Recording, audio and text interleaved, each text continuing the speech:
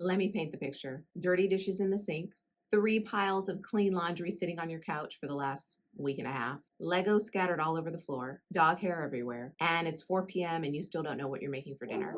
And let's not even get started on how your desk looks after throwing today's mail on the stack and piling up all your unfinished tasks and to-do lists. How many can relate? If you're trying to build a business, raise tiny humans, and create content on YouTube, let me just say this. It's not for the faint of heart. This takes grit, patience, persistence, dedication, and a lot of awkward pep talks in the mirror. And the myth to tackle here is that the moms who are doing it all perfectly. Hardly the case. I love Tiffany Dufu's line in her book, Drop the Ball, where she's asked by another mom, how do you do it all? And she's like, what you think I'm doing, I'm not doing it all. And that, my friend, is key.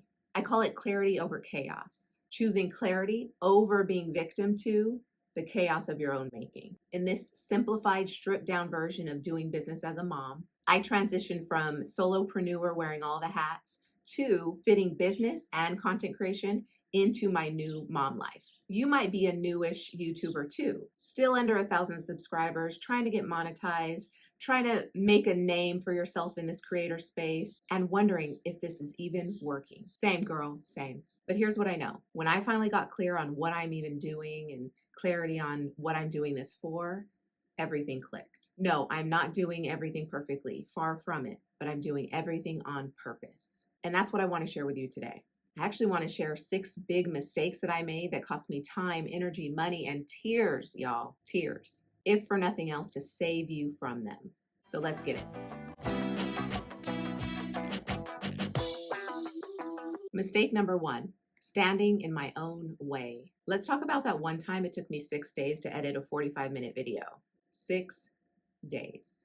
And guess what? I missed that week's upload. And worse, I felt like a total failure because of it. Why? Because I believe that if it wasn't done perfectly or edited perfectly, that nobody would take me seriously or buy my programs. But perfectionism is a trap. It kills your momentum and your joy. I had to get over myself and reprogram my thoughts to, I am valuable without being polished. So now I film my YouTube videos in the corner of my house. No fancy studio or soundproof room, no fancy lighting kit, just an iPhone, a ring light from B&H, a candle for good spiritual energy, and a look that took me 23 minutes with some testing on camera. And I film content that feels good and aligned and on topic.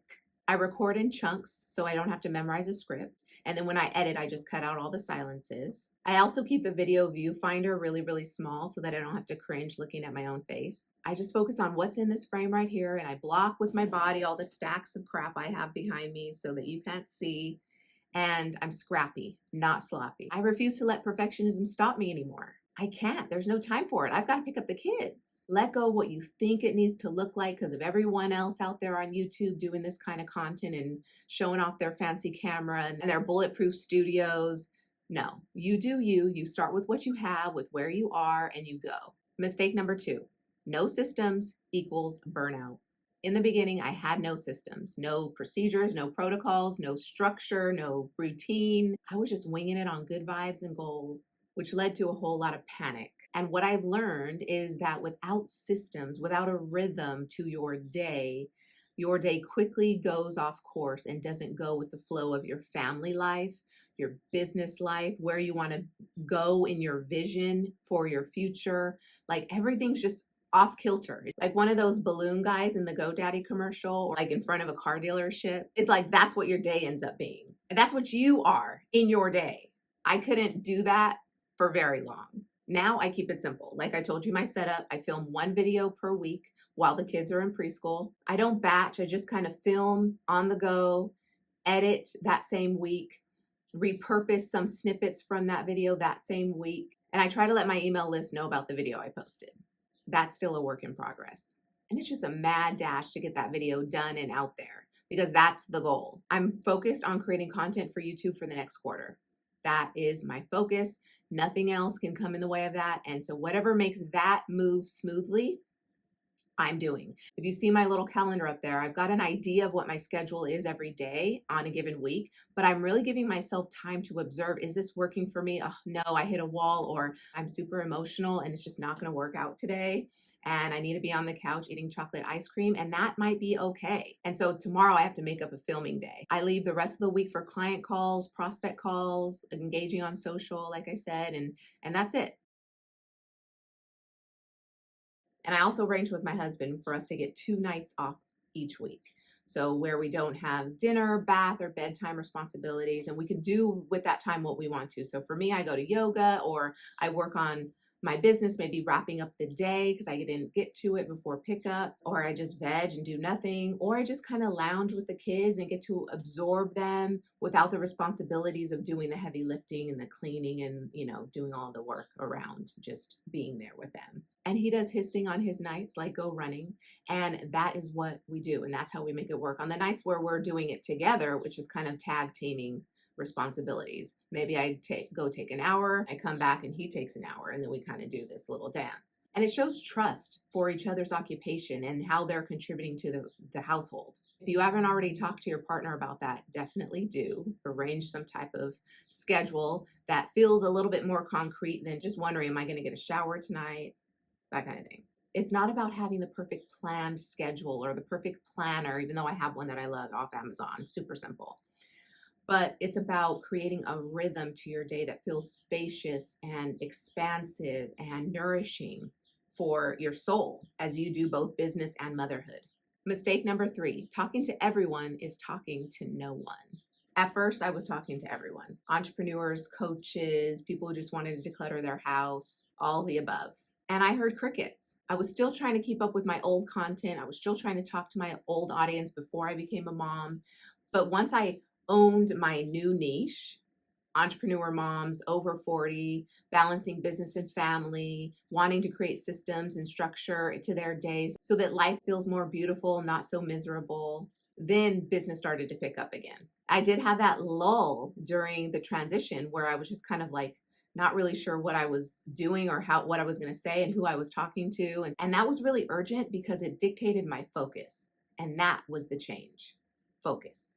One platform, one audience, one message. Your message and brand doesn't have to go viral for you to make really good, steady income. And I think that's the biggest scam and myth in the creator economy, thinking that viral amounts to business success, when really people who have like millions of followers have like zero income because they don't have a system or structure or a funnel even to bring some of these eyeballs in and converts them to cash. So be authentic to you and your story. Pull out nuggets of wisdom that change the course of history for you and your family. That's what people want to hear. So for example, I could post a video about how to stay sane, being both mother and entrepreneur, when really something more nuanced and more niched would be how I use this one weird trick in my sales call to book a paid in full client while my toddler napped. Obviously more juicy, that's a video I'd watch. Mistake number 4, death by distractions. 1 minute I'm scripting and filming a message for my coaching audience. The next minute I'm scrolling and watching tutorials on cinematic lighting and SEO hacks. Meanwhile, my core message, MIA. And it happens that quickly. Distractions. In that instant, I forgot I'm a coach and I became a looky-loo, a browser, somebody looking to be distracted from the work at hand. Why? Because I don't know, maybe I was fearing editing. I was not looking forward to seeing myself on video, not hearing the content again. I was distracting myself because I didn't want to face something. So then I thought I had to be better. I had to up my lighting kit game, or I had to figure out how to correctly title and position my YouTube content, or how to design my thumbnail, all things that are irrelevant when I have the focus at hand, speaking to my audience. And I admit the algorithm seduces us to get onto someone else's page, to follow someone else's path, because that's how they make money. That's what's in it for them, right? Getting us led by what they want us to see and holding our attention, like that is winning for them. But how can we take back our attention, take back our time, and make sure that we're working on the most important thing to get done today? And when I was transitioning into full mompreneur mode, I was recovering from postpartum depression and severe postnatal depletion and adrenal fatigue. And the days where I just cried my eyes out. If you are trying to build a business while you're also trying to heal, you are a warrior, mama. Don't forget that you are powerful. And that urge to build something from nothing and create a business and a legacy for your kids so that you have the money and the means to give them all the desires of your heart and all the desires of their heart, like just gift them all of it, then I applaud you and I get you. That is the journey I am on. And we got this. But we definitely have to stop getting distracted by every little thing that wants to pull us off course because we don't have the luxury of time, especially now. We want quality time with our kids. We don't want to miss a beat. We don't want to miss a milestone. We don't want to pass up a chance to cuddle and connect. And yes, I want to connect with my clients. I want to create content for them. And I want to build this ecosystem in my business that is just funneling like clockwork and bringing me business. And I don't even really have to lift a finger because there's passive income there and there's high ticket sales and all that stuff. That is what I'm actively building and improving on and optimizing and growing. And so when you stand back and look at it from that vantage point, right? You see the bigger picture, then distractions don't stand a chance. And here's a big tip. If you're just starting out or maybe you're pivoting like me, then community first. Focus on building your community, your new audience, essentially the people who are new to what you're talking about. Build a people who like what you're talking about. Let them in on your journey. Give them some advice, some tips, take questions, and let them know how they can be successful in their version of life too. If you're under the 1,000 subscriber mark, or maybe you have yet to get 100 new customers for this new product you're putting out or new service that you're putting out in your new business or your relaunched business, then focus on building community first, because that community will turn into customers, and those customers will turn into raving fans, and those raving fans will turn into evangelists and ambassadors for your business.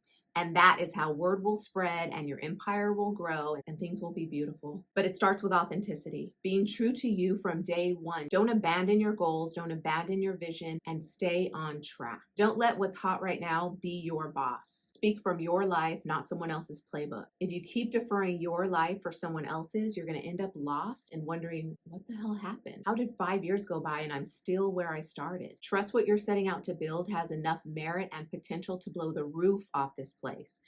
Believe in yourself, build on what you already know. And I'll link to another video to help you in this mindset. Mistake number 5, holding on to what's not in season. It's kind of like that fresh feeling you get when you declutter your closet of old, outdated things that don't even fit anymore, or box up things that are out of season. That's how you want to feel in business. At one point, I was paying for a CRM I didn't use, Canva Pro when Canva Free is perfectly fine, magazines and news apps I didn't even open, 2 VAs when I only needed 1. And the lesson here was that I needed to lean out my business. I wanted to get down to the nuts and bolts, the bare minimum, so that I can build from there. It's kind of like every chance you get to declutter your house, you do it, right? You want to do it because dust and debris and clutter just pile up and it needs just a nice little tidy up, but like the deep kind. And here was my rule of thumb. If it didn't serve the season of motherhood I was in, it was out. And I gauged it on my motherhood journey because that's what dictated my bandwidth. How much free time I had to work, how much I can physically and mentally do on a day-to-day basis that doesn't cannibalize time with my kids, doesn't cause me to be the stressed out, burnt out entrepreneur mom in front of them. If it compromised my easygoing nature with my kids, I threw it out. I am not the mom that yells at her kids. At least I try not to be. The minute I start yelling and lose my patience and my temper with them, I know something's off with me. I know my inner world needs attention. I know I'm doing too much. I know I need a break. I know I need to lighten my workload. I know I need to schedule my time differently. That's my cue. Getting lean and light in business is going minimalist in your approach, cutting out the excess, cutting out the tools, the apps, the subscriptions that no longer serve the running of this business that you're building right now. Now, granted, if you've got some things in place, check those out. Make sure those are still functioning and you don't have broken links everywhere. Stop sending traffic to your blog if you think there's broken links. If you don't have time to fix those broken links and there's an app that you're paying for that's supposed to be funneling traffic to those links that might be broken, then shut it down. Shut it down. Where's that from? I think it's from The Office. And even the partnerships that are no longer aligned with where you are right now, that's just an energy suck. Go ahead and let that go too. Joint ventures, affiliate sales, all these serial entrepreneur things you have your hands tied into, if it's taking you from the task at hand, building your community in this new space, ditch it, declutter it, let it go. Now with my one platform, my one audience, and my one message being very crystal clear, my daily goals are clear, my business overhead is light and lean, my overall life runs so much smoother. Let go of what doesn't fit, what's not in season. You do not need everything, just a few things. Mistake number 6, ignoring self-care. There was a time when I was getting migraines weekly, and they would last for days. Not to mention the postpartum depression I was battling and all the side effects of being completely and utterly lost in my life. I was dehydrated, hungry, exhausted, waking up never fully rested. I'd hit the pillow every night feeling brain fried, not just fatigued, but fried. And us supermoms, we don't have to do it like that anymore, okay? If you are like me, where I was waking up at 2 a.m. wondering, is this another dark night of the soul? And yes, it was. And you're just feeling around in the dark on what to do next and where to go and who you are and what is all this for? Yeah, then more self-care, please. I was trying to make my life go back to normal, but there was no more normal. There was what I was neglecting, myself as a mom, my new normal. I finally realized I had to create a new way of doing life as a mom and a business owner.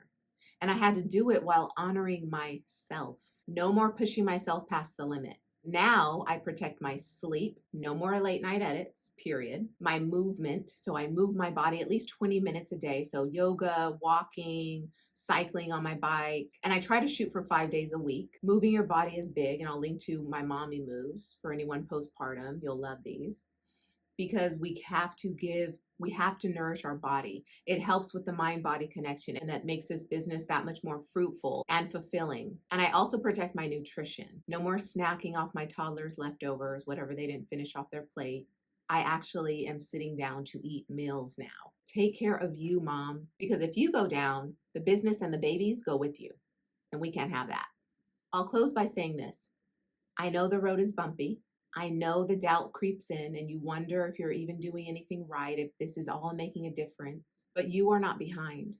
You are at the beginning. So create the systems, the rituals, the routines to go with your new flow. Start scrappy, stay honest, be present. It's not, and it never has been, about doing anything perfectly. And it's definitely not about doing it all. It's about doing the right things in the right season and in the right order.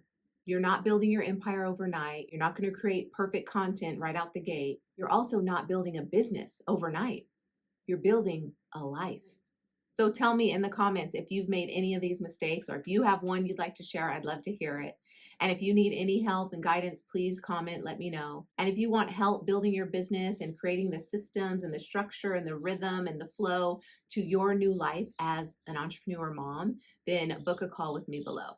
It's time to build a business that fits your life, not the other way around. Whether you're in survival mode or in your comeback era, I'm here for you. So until the next video, peace.